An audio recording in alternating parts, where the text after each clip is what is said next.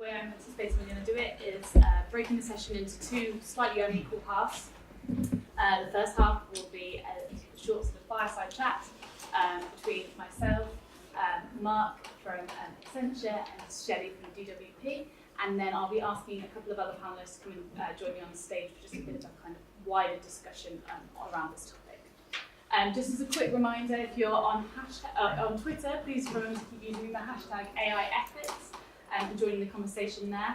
I'll also be keeping an eye out on Slido and monitoring the questions there. So just make sure that any questions you're posting them for the breakout session number 3, so I can see them, and we'll be monitoring that. Yes, other than that, maybe let's start, kind of kick off the session and this kind of discussion. So thank you, Mark, thank you, Shelley, for joining me.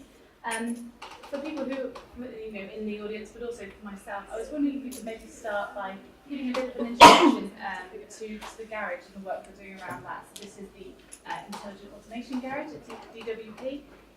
What is it and what's it all about? That's the focus name ever. So can you guys hear me at the back? Yeah? So the garage is a centralised capability that we've built within the Department of Work and Pensions. It's a blended capability with our partner, Accenture, and it's all about the deployment of breakthrough technologies, AI technologies, robotics, machine learning, virtual assistants to reduce cost and also to improve the experience of citizens and claimants. For those of you that don't know the DWP, what the acronym stands for, it's Department of Work and Pensions. Most of you who are British nationals will touch it at some point. We manage pensions, we manage working age benefits, we manage child maintenance, and we have about 20,000 citizens who we provide services to, 20 million citizens that we provide services to, 120 million transactions a year, quite a lot. Growing as well, which is quite challenging. And we're quite excited with what we've achieved with the department to enable us to drive that duality of tension around reducing cost and improving service. So with the Intelligent Automation Garage, we started about 15 months ago, so government can do things quickly. We've got 10 automations running so far. Just a kind of sense of the scale, our robots have processed now about 2/3 transactions on behalf of the government. That's saved us so far about 70,000 hours or 40 man-years of effort, or woman-years of effort. And we're just starting, we're just really scratching the surface. That sounds like a really great initiative. And I was wondering, maybe what are some of the kind of ethical considerations that you've been facing in delivering automation and AI? Well, there's probably 2 dimensions that we think about when we think about ethics. We think about the ethics of things that we do, and then the ethics of things that we don't do. Yeah. So, thinking about what we automate, I'm going to let you speak for that. Yeah, so I guess in terms of we think about the consequences of action, right? So the first area is really thinking about what are we automating in the context, first of all, of the citizen. And where there is an impact on the citizen, then are we doing something that is going to be inclusive and will help and improve the outcomes that the department is seeking to deliver? Or could it be exclusive, which we absolutely don't want to do. We don't want to have differing levels of service via different channels, for example. And then we look at the consequences of the automation for the staff, the employees within DWP. And is this something that is going to help to boost morale? Is it going to improve engagement? It is not about replacement at all. It's about doing things better. So it's, are we doing something that's going to have a positive effect on that? And then sort of as the next stage beyond that really is to look at the data. And obviously, are we using the data responsibly?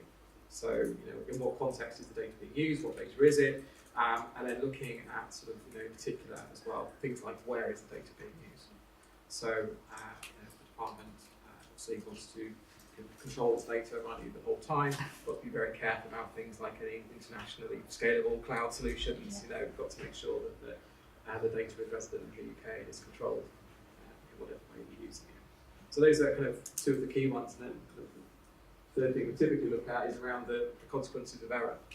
So we've got to understand very carefully in any automation that we're doing what could go wrong and what are the effects of that and how can we mitigate it. So to give kind of two specific examples, where we are dealing with AI, we are dealing with probabilities, we're not dealing with certainties, right? You're kind of playing the numbers to some extent. So there is always an element, if we take an example like fraud, right? If a machine learning algorithm says that a particular case is likely to be fraudulent, it's not saying it is fraudulent, it's saying it has a high propensity to be fraudulent. And you've got to understand the difference between those two things, right? And you can't dismiss something because machine learning says it is so. So how do you manage the consequences of that?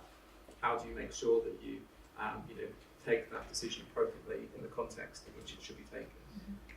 Or in robotics, how do we make sure, for example, that we are processing the correct case? So we look at everything in terms of the pre and post conditions and making sure that we bookend transactions to make sure we are doing the right thing, that we understand the consequences of any error and how that can be handled. I guess that's where that human AI augmentation comes in, that human sense change. Absolutely. The collaborative intelligence. Yeah. Yes. And the last thing that we look at is the consequences of not doing anything at all. Yeah, absolutely. So I mean, and I think this is a real challenge for us, but it's also a call to arms, right? If you think that we've got the kind of consequences of action, but you flip it around, you get the consequences of inaction. And one of the things that we found really interesting is you look at some of the processes within government, and you go, where it is mundane, where it's error prone, where it is repetitive, then there is almost an obligation to do something about that. Obligation for the employees, but also in terms of for the public efficiency and better services, right? So you can't ignore technologies that allow you to do things better like that. If we look at better outcomes, look at things like decision making, where actually if AI gives us the opportunity and the prospect of being better at making decisions, then for a department whose job it is to get the right help to the right people at the right time, then we've got to pursue that and have a look at it. Then equally, if there are opportunities to be more inclusive, that's something we have to explore as well. So, voice-based interaction is very natural, very human.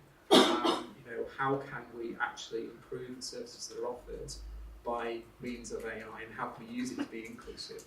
Those are some of the kind of the flip side of like the positive ethics to look at, rather than just the what could go wrong. Yeah, absolutely. And I guess a big sort of topic that we've spoken about, at least in some of the sessions I've been in today, has been really about how do we make sure that we're kind of baking in ethics from the beginning of all the processes that we're kind of involved in.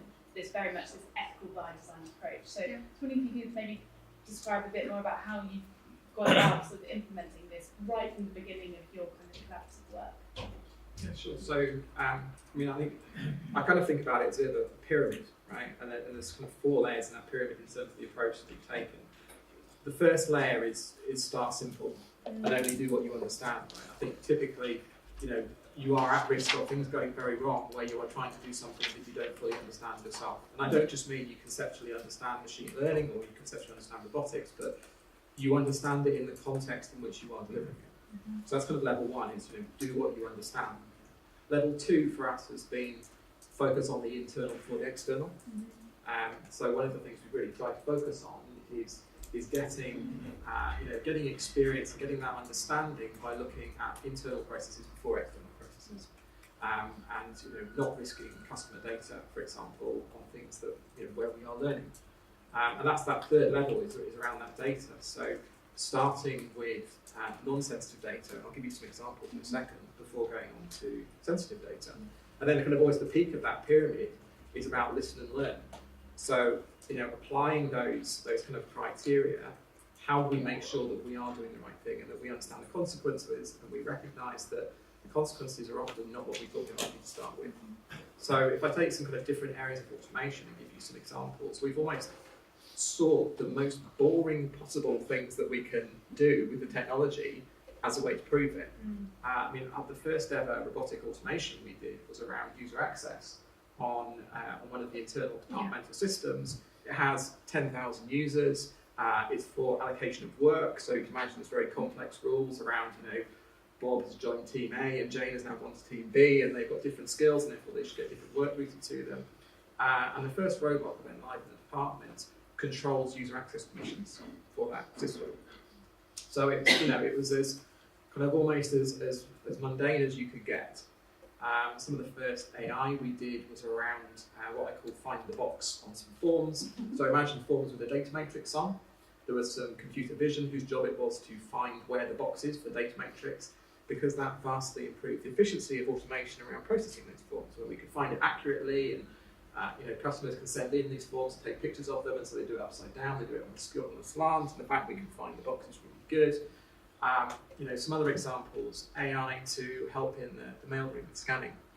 So, when someone's written on, there's 4 envelopes and there's, 16 pages in the first envelope and 2 in the second one, or whatever it may be. Humans used to check that had been scanned, that there was 4 envelopes, and they could see that in what had been scanned, and there were 16 pages, and then 4, and then 1, or whatever it was. Now AI does that, right? So really, really basic things, but that started to build up our collective capability and give us confidence to move on to some other areas where we could do more challenging things. Interesting.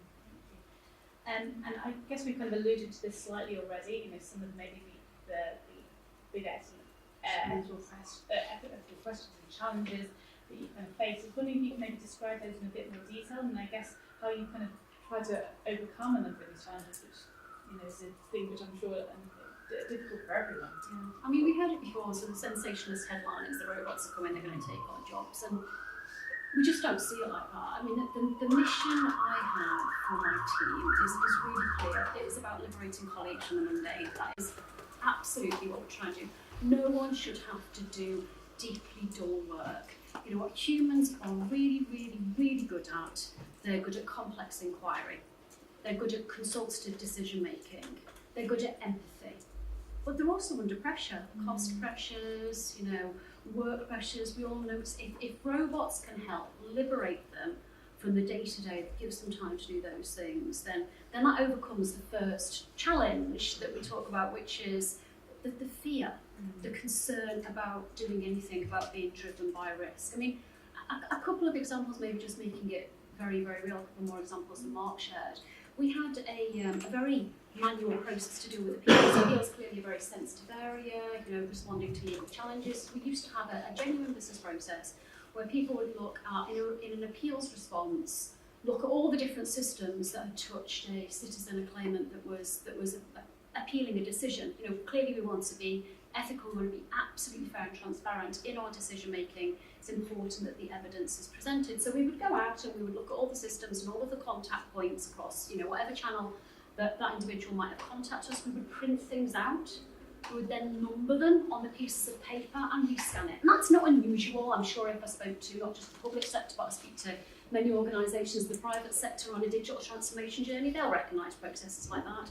So we automated it. We built a portalised solution that enables us to identify what those documents were within the system, identify which is relevant, what's not relevant, number them, scan them. It's a simple thing, but it saved 23 minutes per case in processing time.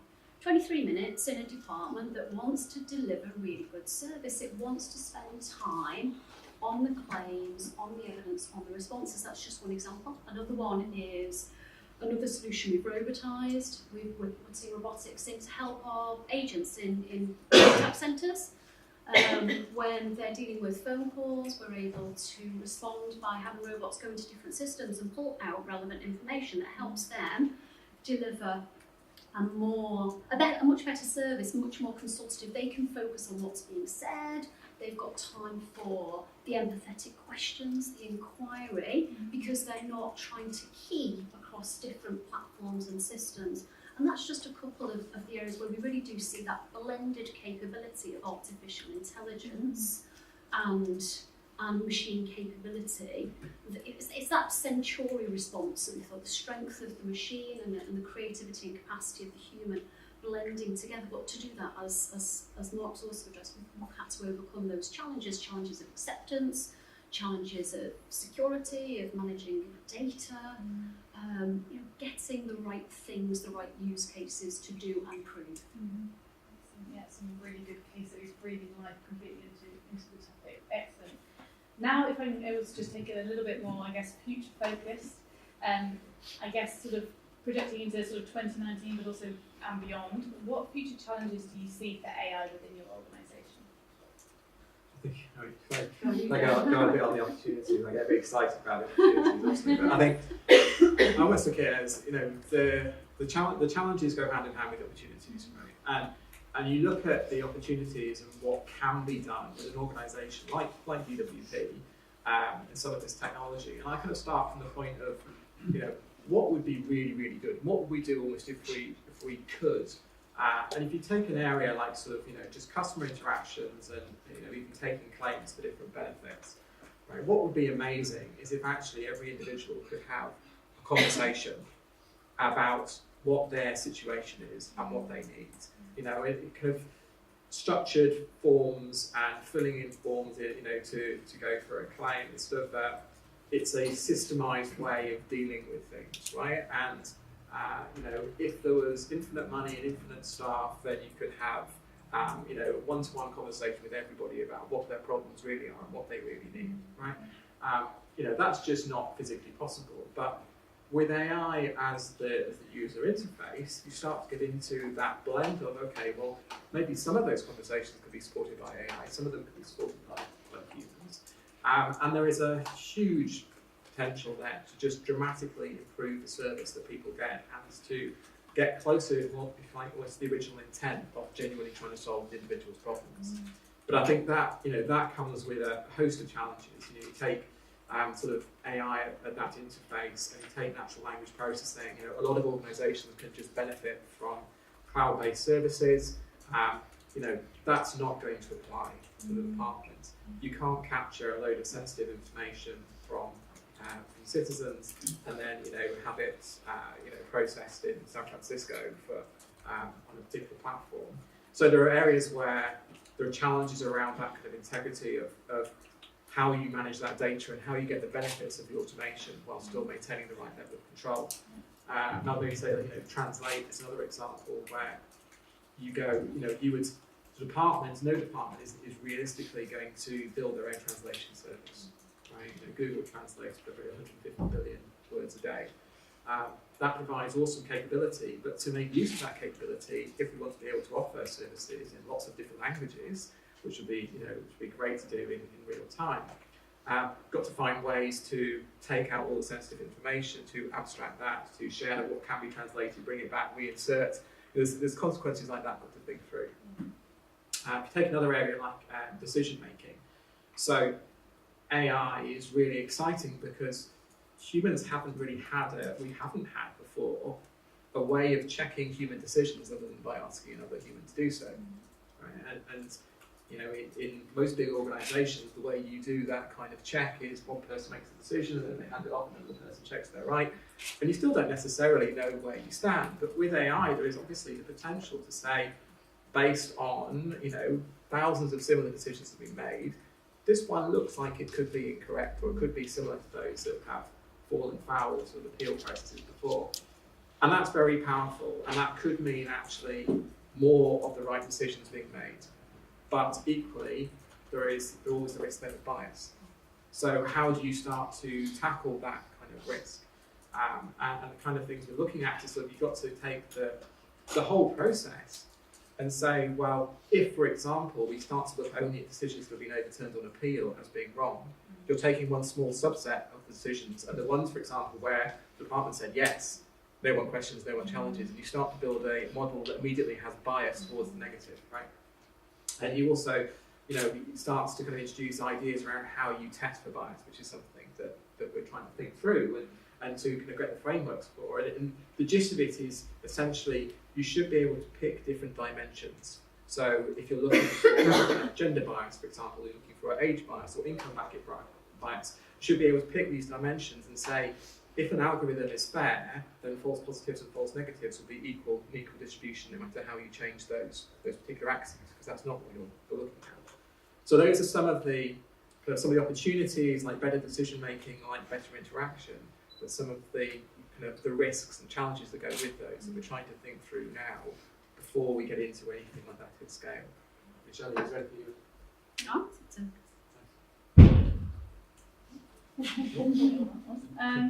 Okay, excellent. I think I'm going to leave it with just one final question before I ask the other panelists to come and join me on stage. So I guess for maybe people in the room, but also people who will be watching on the recording afterwards, what advice would you give other public sector organisations looking to embed ethical practices? Okay. So, like Mark, I get really excited by the art of the possible and what the technology can do. I think it's really important that whilst we're dreaming big, you start small. I think that's the first thing that I would say. I'm an agile practitioner by nature, so agile typically we work in sprint, short cycle times, but I've got a technology roadmap that goes out 5 years, and we're looking at testing the possibilities of technologies as they emerge, and there's some areas we'd like to go into, but the technology's not mature enough yet. So I think that's the first thing I'd say: dream big but start small, test and learn. Agile is a great approach to make sure that we listen, make sure we respond to feedback. Which gets me on to the second thing I'd probably say is around stakeholders. Share a vision, have a vision for what you've got, share it, collaborate on it. I'm lucky, I work very, very closely with operational colleagues. I go out consciously to find out what annoys them. What are the pain points? What are the backlogs? Where can we help? So it becomes a different conversation. It's not AI as a scary beast, it's AI as an enabler, technology as an enabler to liberate time so they can do better things. They can have a more enriching life, and you see that in the employee satisfaction surveys. They're going up, and that's a really super positive thing. The third thing that I would say is data is really important, particularly in areas which require investment and funding.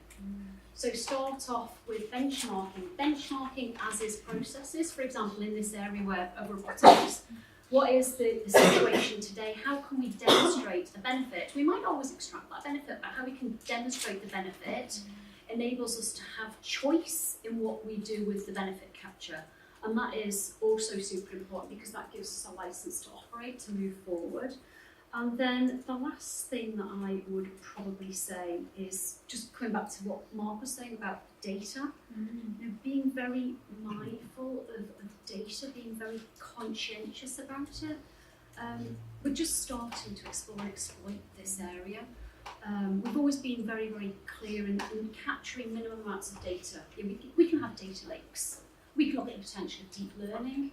But is it appropriate to do so right now? Do we have a valid use case? Should we just be collecting the data we need to make that outcome, make that decision that we're looking at right now, and put some of that away until we have greater solidity in what we're doing? So again, it's just that whole iterative approach. We found out personally that in this whole space, the technology roadmap rolls quite nicely. We started off with robotics. We then went to virtual assistants, we are now on machine learning, and then we're looking to the kind of nirvana of predictive analytics, predictive prevention, maybe intervention, which is clearly a natural outcome for where the technology can take us, provided it's ethical to do so. But as you get into those more complex areas, obviously the ethical challenges magnify. The element of bias, it can't be understated. So we need to make sure that before we move down that path, we're confident that we are designing well, that we're validating what we're finding out, we're testing, we're exposing it back to that same user group, that same level of operations. Say, is this decision as you would expect it to be? Is this outcome as you would expect it to be? It doesn't mean to say that was always right in the first place, but just to have an informed, multi-conversational outcome that we've got to where we intended to be, and that outcome is a better place than we started. So yeah, it's just ethics front of mind, and we are just starting. Well, thank you so much. I think that was great. It was really great. I think we touched on a number of different themes there, which we can maybe pick up in our panel discussion just now. I think it's great to hear about the Intelligent Automation Garage. I think that's a really key example of a public sector sort of best case practice that a number of other kind of departments, but other stakeholders can be looking to adopt, and sort of learning from the work they're doing there. And again, some really kind of practical, tangible steps that I think we can all sort of take away when looking at adopting kind of an ethical by design approach. So thank you so much. As we're thanking Mark and Shelley, can I also maybe ask for the panelists for the next half of the session to come and join me on stage? So Mark and Shelley, thank you very much.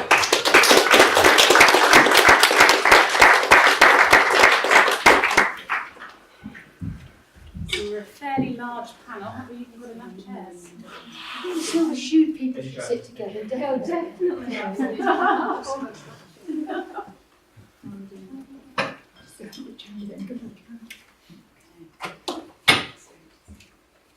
you feel free, yeah. Pull up a chair, honestly. So I know it's sort of fireside chat, but it can still be cosy. Okay, thank you everyone. Thank you everyone for joining me. So on stage now, I had just joined me as well, Brhmie Balaram from the RSA, Giles Herdale, who is the co-chair of the Independent Digital Ethics Panel for Policing, Hilary Sutcliffe from Society Inside, Dr. Indra Joshi from NHS England, and Sam Roberts from Department for Digital Culture, Media and Sport. So thank you everyone. This is great. I love this. I can actually see everyone's eyeliner as well. Which is perfect. So thank you. Maybe starting from this side and maybe kind of working our way down. I was wondering if we could maybe just to kind of start off the conversation, but again, please do keep asking your questions on Slido. Maybe let's just discuss maybe what would you say, Sam, are the benefits of embedding ethical practices for public service delivery? Okay, sure. Fine. It's a big question. So, in my view, the most important thing in all this space is public trust, actually, and from a public sector perspective, obviously, that's the one thing that we need to get right. And the cost of not getting it right is this whole agenda could be pushed back, considerably. I'd refer to things like the care.data situation we saw a few years ago as a good example of why public trust is so important. So for me, it's just important to get ethics right from scratch. One of the things that we've been trying to do as part of the work that I'm doing at DCMS, but also before that when I was at GDS, is embed an ethics framework in the way that we work as government. So actually have a kind of a series of questions that we ask ourselves when we're going out and working with data and working with public information, to really be able to kind of be transparent and accountable about what we're trying to do, and really try to draw out those issues as early as possible so that we can kind of mitigate against any issues that we might face. So again, the current situation in the world right now is more fraught than ever in this space. So we are, more drawn than ever to try and get this right. So I think the cost of not getting this embedding in the right way is huge, actually. Yeah, absolutely. Just to echo what Sam said, I mean, the heart of the sort of policing model in the UK is policing by consent. So that relies on public trust and confidence in not just in the actions of the police service, but the wider criminal justice system. But we're seeing both kind of stresses on that trust as a result of changing nature of demand, changing nature of crime, and also the kind of the changing nature of investigations. And we had a really clear exemplar of that this time last year when the Liam Allen case with the disclosure failings in the criminal justice system around rape allegations first came to light. So that was in many ways highlighted the fact that you had a system that was dealing with data that it wasn't really equipped to deal with, didn't have the processes, didn't have the systems in place. All actors within that system, not just policing. Coupled with that, you've got a very distributed network of police forces, 43 police forces in England and Wales, all autonomous organisations, and a wide variety of partners that they're working with, both sort of public and private sector partners, some of them are national, like the CPS, Security Service, some are local. So trying to bring consistency of approach across that patchwork quilt is quite tricky. And one of the things we've been trying to do with the help of the National Police Chiefs Council, which is the umbrella body for policing, is create a function which is what I'm talking about to co-chair, which is a kind of a pool of experts from across the legal, technological, kind of moral philosophy disciplines that are a resource to help policing work through some of the actual challenges that it faces. As other people have said today, the issue here is not about high-level principles, it's about working through actual practical use cases, and that's some of the work that we've been doing over the last couple of years. From your perspective, Yeah, wow, the NHS, big old giant. So I think there's two things. I would echo what Sam has said, like you need to bring the public along. I see some really familiar faces in the audience who've been instrumental in bringing the public along with us in this journey. But the other thing I would say is also the workforce. So the NHS, as you know, one of the biggest organisations in the world, 1.2 million employees. And you've got to educate them, you've got to bring them along on this journey as well, so that they understand that the tools they're using, what the ethics behind those tools are, but also whether they are producing the right outcomes. I mean, those of you who are clinicians in the room will already know, I mean, we use decision support tools all the time. I use them in my A&E, they're there. But it's what to know when those are going wrong. And one of the things we have done in partnership with DCMS is we've written a code of conduct for healthcare technologies. So you can find it at the .gov.uk site. And it's very high level 10 principles. And we've tried to embed things like privacy by design as well as ethics by design within it, but also address some of the things that I don't think people always talk about, which is the accountability of what you're doing, especially in healthcare, because we're so traditional. You know, if something goes wrong, I'm accountable. You know that you complain to the GMC or whoever about me, Dr. Joshi. But when I made a decision based on what the algorithm told me to, well, am I accountable or am I not accountable? It's really difficult. And so we don't have the answers set in regulation now, but what we can do is some simple, Giles, you talked about practical measures. So we can put some practical measures in, like standard operating procedures, and having a clear framework for people to say, well, actually, I understand who I go to when something goes wrong. And I think that's what we're trying to say, is let's try and embed some of these cultures into the design, into how we implement, but also how we educate our workforce. So we've got something called the Topol Review coming out early next year, which is led by Eric Topol, and we love getting somebody from the States, so we've got somebody from the States. But do look out for it. That's also got some principles in there too. Maybe on to Hilary. Okay. So I work across tech, not just AI, biotech, nanotech. I also work across different groups, so I'm not a particular expert in public sector.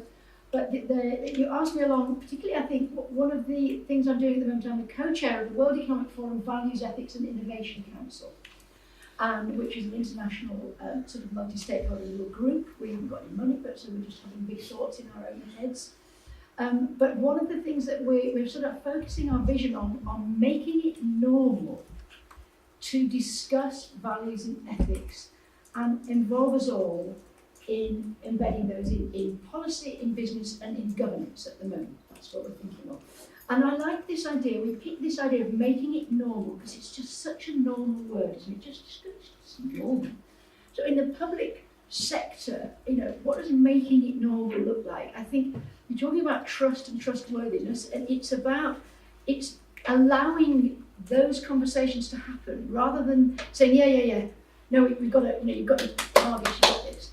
It's about making it normal for it to be discussed at a very senior level, because and making it normal that those people on high also discuss it. It's normal for them. It's normal for it to be incentivised at that level as well, because that often happens. It's incentivised at one level if you're lucky, but they don't have anything to do with those sorts of incentives. And also it's making it normal for calling out wrongdoing. And I think that's a fundamental thing, that actually, when you look at unethical practice, it's usually brainly broadcast. Everybody's known it, but no one has either the incentive or the trust in the process to call it out. And we look at things like the aeronautics industry as an example, with the blame-free culture inculcated in law.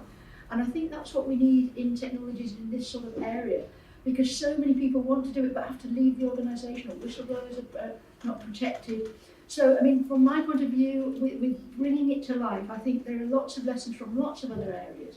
AI is not special in its own right. It's just, again, how we deal with something new.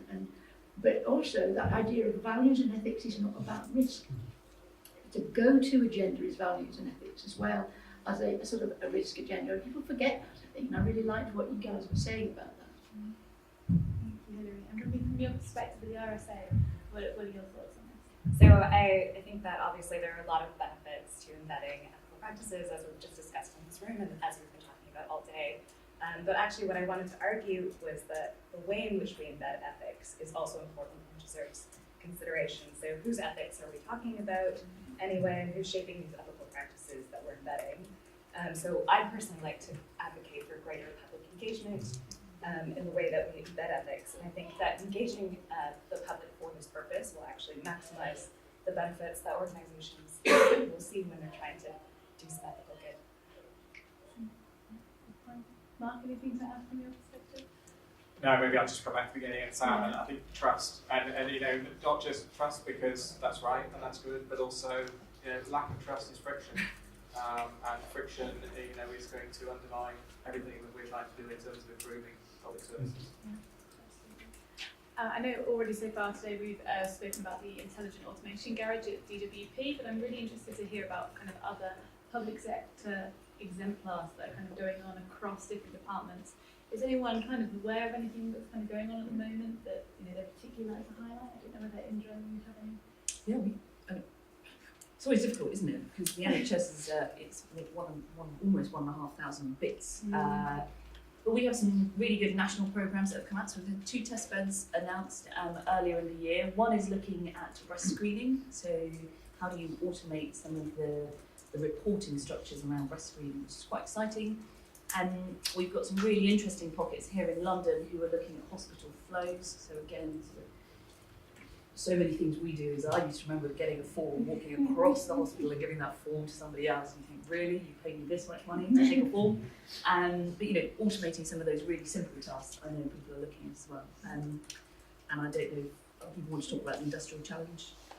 I don't have any industrial challenges, but I can say there is some public local public sector work that I'm aware of. So we did a case study with Essex County Council, which you can actually read about on a blog that we wrote about 6 months ago, and that's Essex looking at trying to kind of target interventions in a way that means they can kind of prevent negative outcomes for people. So for instance, things like domestic abuse situations, actually using information to try and predict where those kind of outcomes may be likely and then intervene before they become an issue. Now, in a kind of a human sense, that's really important because obviously, you know, we don't want people to suffer. And also from a kind of a cold, hard business perspective, there's a lot more, it's much more financially sort of reasonable to prevent rather than to cure, if that makes sense. So not just for domestic abuse outcomes, but for any kind of public service, public health outcomes, it's really important to try and nip things in the bud before they get to that point where there's a huge kind of coming together of different public services. So that's a piece that we worked with them on,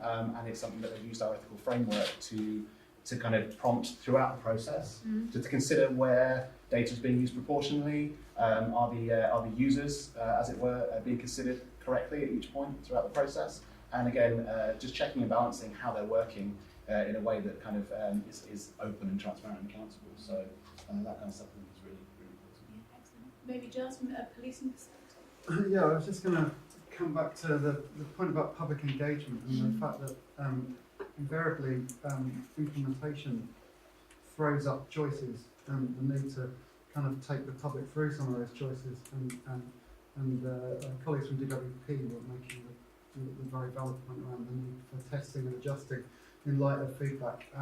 There's a really good policing example around this, which is work that's been going on in Durham Police, considered HART, which is a predictive algorithm around a decision support tool that helps with assessing risk of reoffending.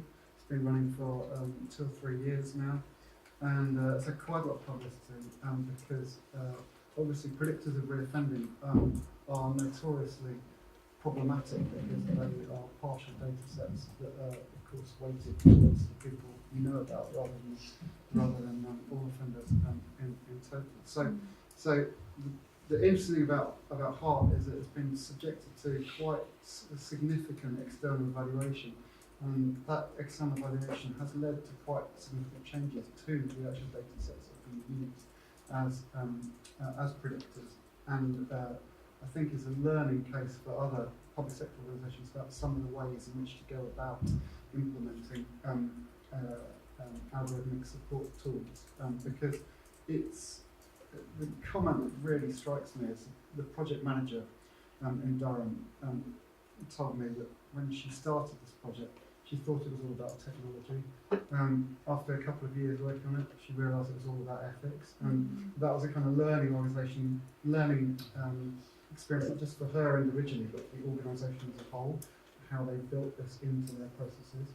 So really, really good case study. Thank you, Giles. And I guess, as part of your answer, you touched on kind of public engagement, which I know, Brhmie, you're doing a lot of with your citizens and juries. I was wondering if you could maybe tell people in the audience who don't know much about that, the work you've been doing, and I guess how, the initial findings you're seeing, how that could kind of help, sort of, from our perspective, from public sector's perspective, help with shaping kind of the work they go on to do.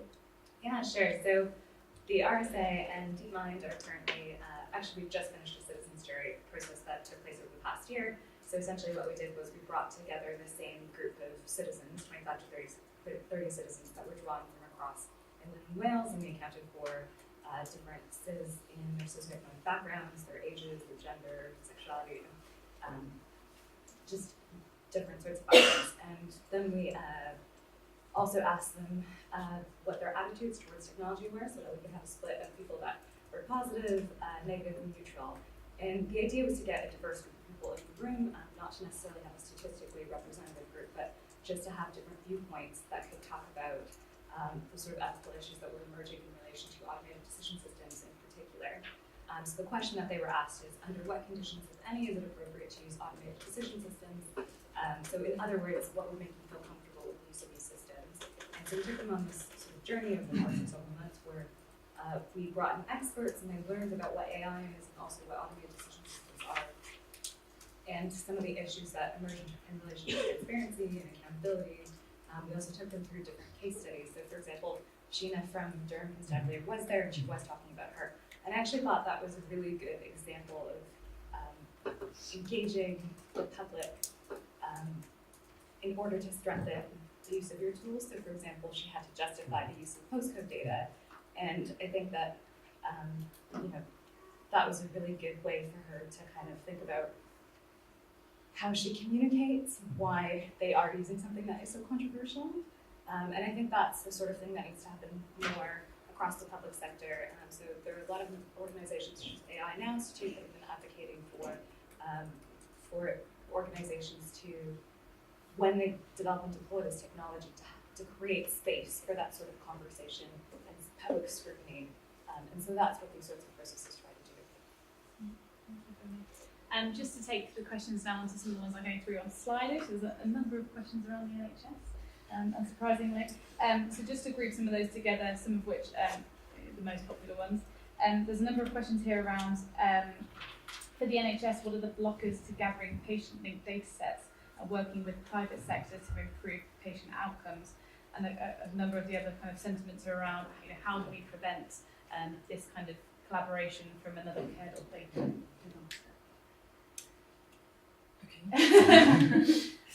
So if we break it up into the data sets question, so I think there's a lot of frustration in the system. We should be honest and acknowledge the frustration. And I think it goes back to the comment I said about actually you need to educate the workforce, you need to bring people along with you on this journey. And everybody talks about public engagement. And again, I think you have to have workforce engagement as well. Because, so take a very simple thing. So I put in data when I code, and I'm very lazy, and especially at 3 in the morning, I'm even more lazy, and I don't always put what you came in for. So if you came in with chest pain, but you happen to have a urine infection, I might just put UTI and not do anything else. So that data automatically, I'm not inputting the right data automatically, and I take accountability for that. So I think we have to have systems initially that make it easier for us. And we're working with a lot of suppliers to say, how do we make the systems better? We then have a lot of work going on, led by NHS Digital, but also there's a lot of work going on with the Office of Life Sciences about creating more structured data sets where people can access. So something called the Data Service Platform. I don't know if those of you, whoever, I'm not sure who asked the question, but maybe Anon. Go and have a look. So they are there. They have said they've improved the system to get better access to the different data sets out there, and there is HES data and big data sets there. And then I think the second question was, just, I guess, with some of the controversy around data and issues like that, how do we learn from those mistakes from kind of, I guess, an ethical approach? So again, it's about partnerships and engagement, and one of the things we've been really clear about, so when we wrote this code of conduct, we did it in a very sort of high-level Delphi methodology. We took academics, industry, we took those working on actual projects, so SMEs and innovators, and said, what are the 10 things, or if you had to put 10 things on a page, would you want to put on a page? And we've also worked really closely, I know Natalie's in the room, I don't know, Natalie, if you'll be talking about this later, but we want to partner with people like Understanding Patient Data to say, actually, you've got to bring the public along, because when you ask the public, are you happy to share your data with the NHS? Everybody says yes. But when you then say, well, what about secondary uses of data, for example, improving this system, people get a little bit nervous. And I think it is just about saying, well, actually, it's okay, this is why it's being used. And you do see pockets, so like the diabetes pockets, the we won't wait. So there are pockets of the community that are actually like, take what you want, but move faster. So I think we have to acknowledge as government, all of us, that we do need to move slightly faster in this space, and work collaboratively with the experts in the field who might not necessarily be with us, but work collaboratively with them. I was just wanting, if I may, I could just build on one of the questions. So I'm the chair of the Independent Group Advising NHS Digital on the release of patient data. So we're a new initiative, been in process for about almost 2 years now, and we are made up of independent advisors. So any release of patient-sensitive or identifiable data, we've got a panel of ethicists, lawyers, academics, we've got professors of epidemiology and lay people, care. We've got about probably 8 to 10 panel members, and so we make recommendations, and so I am part of the solution that the NHS has come up with to help provide that reassurance to the public that came out of the Partridge report, amongst other things. So sorry, I just chip in. Absolutely, thank you. I was wondering if I could just go on to Hilary now. I know obviously not necessarily working sort of within a public sector body yourself, but I was wondering if you could maybe, from your perspective, what are kind of some of the practical steps that you think public sector bodies, but I guess also just more generally, that we can be taking? I know Shelley and Mark touched on this slightly, but what are the kind of steps that we should be taking to ensure that ethics is baked into their standards, products and technologies? Yes, I mean, I think one of the other things that's popped up as we've been talking is that this feeding frenzy of AI at the moment. One of the findings across technology is being so careful of the hype. And I see AI particularly in this. So one of the things I would also say, which is both a barrier and something to look at and watch out, is empowering those people within the HS to be real bullshit spotters, because there is such a load of old junk that's going to be put forward that's going to save the world. But actually, I've a couple of things that stuck in my mind in the health sector, where the NHS has paid really good money for total rubbish, because the poor procurers didn't necessarily have the skills or the confidence or the institutional support to say, actually, this is crap, we don't want that. So that, for me, is one of the lessons from all sorts of areas, which is, does the stuff even do what it says it's going to do? And tracking that. But also, back to embedding ethics, I was in the business one this morning. And, we were saying the same things we've been saying for 25 workers on boards, we need to embed it, and we're not listening, and we're not doing it, we're doing the same things all over and over again. So I think what I like about AI is because individuals have got skin in the game, because we can see real opportunities, I feel that there is a slight shift in actually these being institutionalised, the ethics being institutionalised in ways I haven't seen before. But particularly, and what I like very much about what you guys were saying is, it's all about the case by case, it's all about the detail, it's not about the stratosphere. And there's too much conversation at the stratosphere and not enough on the real nitty-gritty. So, just building on Hilary's point there, one of the things that I think has been really interesting from my experience in policing is challenges to the constitutional hierarchical decision-making culture. So, like lots of other organisations, policing is very hierarchical. It's got a command and control structure, it's very rank-based. But actually, some of the challenges around innovation are that the expertise is not rank-specific. Expertise meant much more juniorly within the organisation, and so enabling people to have that freedom of expression that enables them to challenge and constructively contribute to those kind of decision-making processes is a real kind of cultural challenge organisationally. I'd just be interested in whether other people have had similar experiences in public sector organisations and how you can observe that. I mean, the health is exactly the same, command and control right from the beginning, and I think the nice thing is, So I don't think it's got anything to do with AI, if I'm totally honest. I think this is just change management and digital transformation. But the idea, and there's a really great example of a couple of medical students who've taken time out to go and work in big tech firms to understand actually how do technology companies innovate and then bring that back to the NHS, bring it back into their communities. And they've actually found that, exactly as you said, by giving voice and power to people who may not necessarily have the budget or hold the decision making, has actually transformed quite a lot on the ground.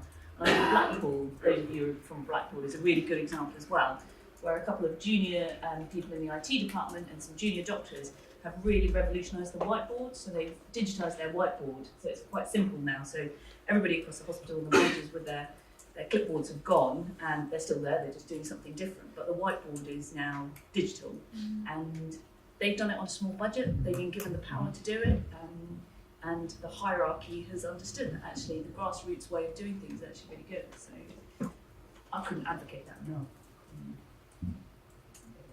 We have just under 10 minutes before we have to kind of wrap up our session. I was wondering, there's some questions on Slido, but in the old traditional way, does anyone have a question? Feel free to raise your hand, and if you wouldn't mind just sort of standing up and sort of projecting your voice, and just also letting us know who you are and where you're from. Thank you. I'm Peter Elias from the Institute for Economic Research at the University of Warwick.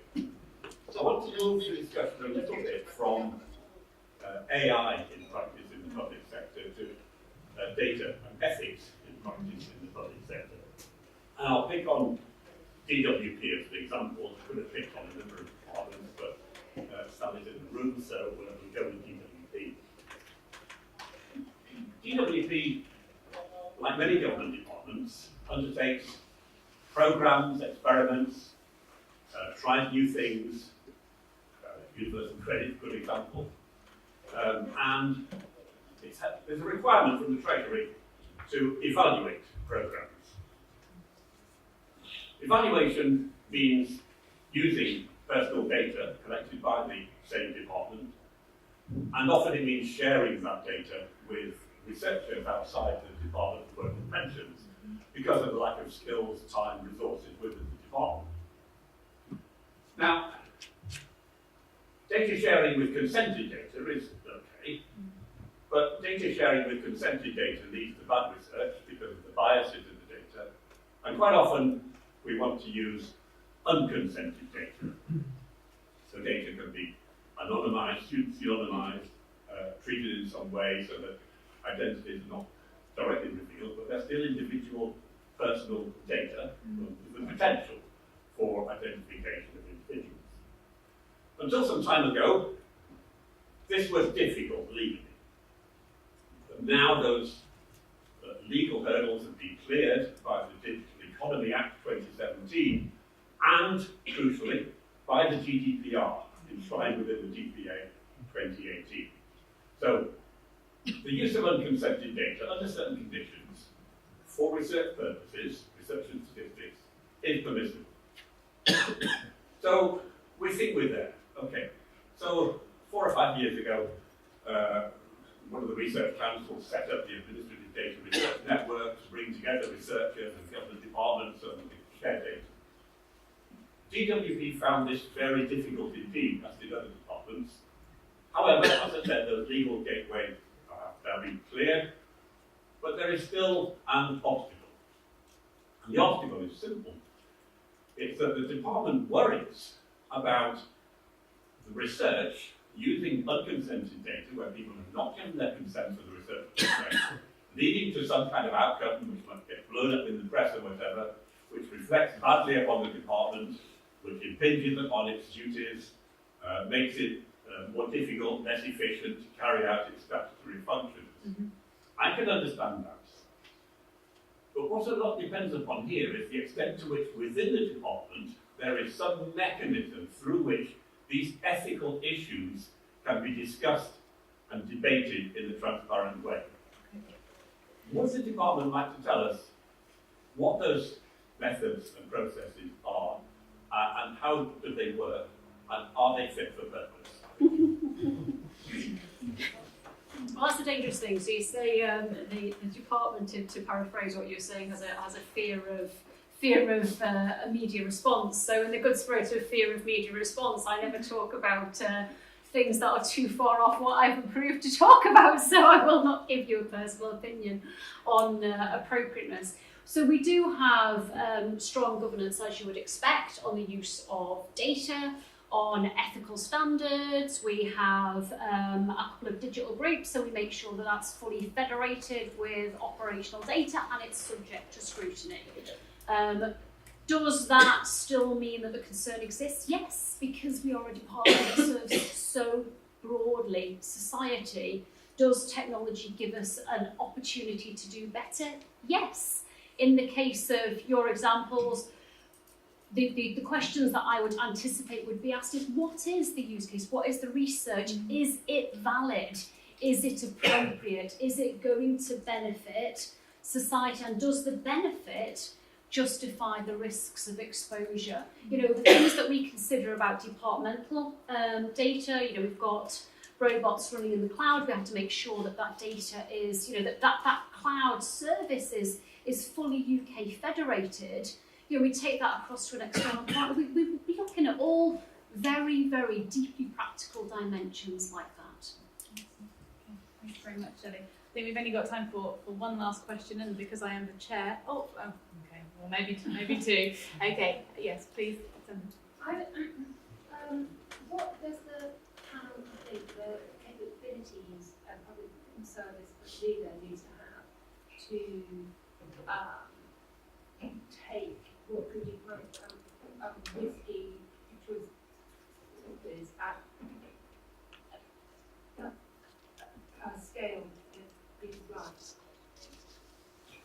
in terms of choosing how to use AI or innovate? So how do we take risk out? Was that your question? No. What are the capabilities you need to choose how to adopt new technologies that could be quite risky? So I talk about a curiosity to see what the potential is. I would talk about the intelligence recognising. So I love, in this whole area of risk, there's a phrase that always springs to mind. Socrates said that it's truly a wise man that says that he knows nothing. You know, I think that's really, really important. We talked about engagement, public engagement, operational engagement. So I think I would be looking at curiosity, the ability to collaborate and test and learn. We don't move anything forward by doing nothing. Jeff Bezos also said, you know. God, that's appalling.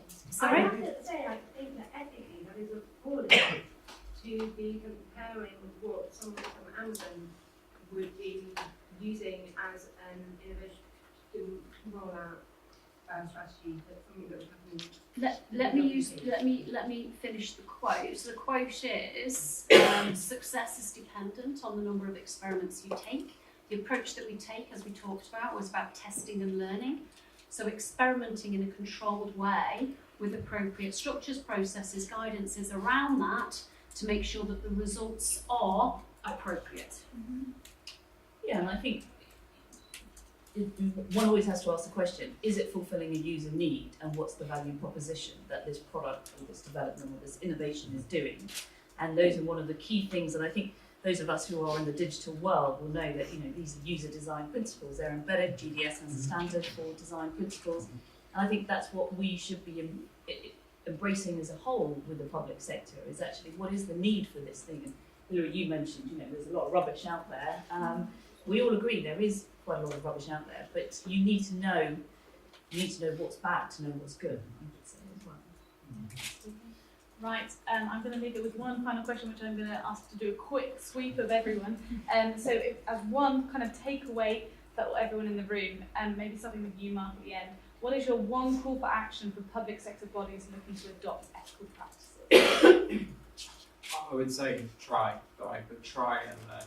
And it's to start and learn, because whatever you think you know, you will find out different things when you actually try it. So just try small and learn. Yeah, I would say that's the only thing that that public sector organizations should be willing to engage the public when they're making these sorts of decisions. So kind of in relation to that question that was asked about what sort of capabilities are needed from leadership, I think that somebody that is willing to give away some power to like their service users, I think that's really important. For me, linking to that question as well, it's collaborativeness across all sorts of hierarchies and sort of broad and short and tall. I would say listening. Oh my God, by the time we get to Sam, I don't know what to say. All the buzzwords will be gone. I mean, I'll just reiterate what I said. It's listen, but listen across different platforms as well. So don't forget your workforce. Giles? And building on all of that collaboration, it takes time. You've got to build that into the process. You can't have it as a kind of afterthought. Yeah. So collaboration starts small, right? That's the thing. The other thing, capability was mentioned, and I think that's really important as well. Actually, I think that this is a great time to learn what the kind of skills are to actually be able to do this properly, and actually to understand the ramifications of what you're trying to do as well. So I would say actually it's a good time investment and a good financial investment to be up on data management, up on kind of ethical practices, and understand what it is you're trying to do with the users at the heart of it, and actually understand what those ramifications could be for them. Thank you, Sam. Okay, on behalf of techUK and I guess everyone in the audience, I'd like to say a massive thank you to Mark, Brhmie, Hilary, Shelley, Indra, Joel and Sam. Woo.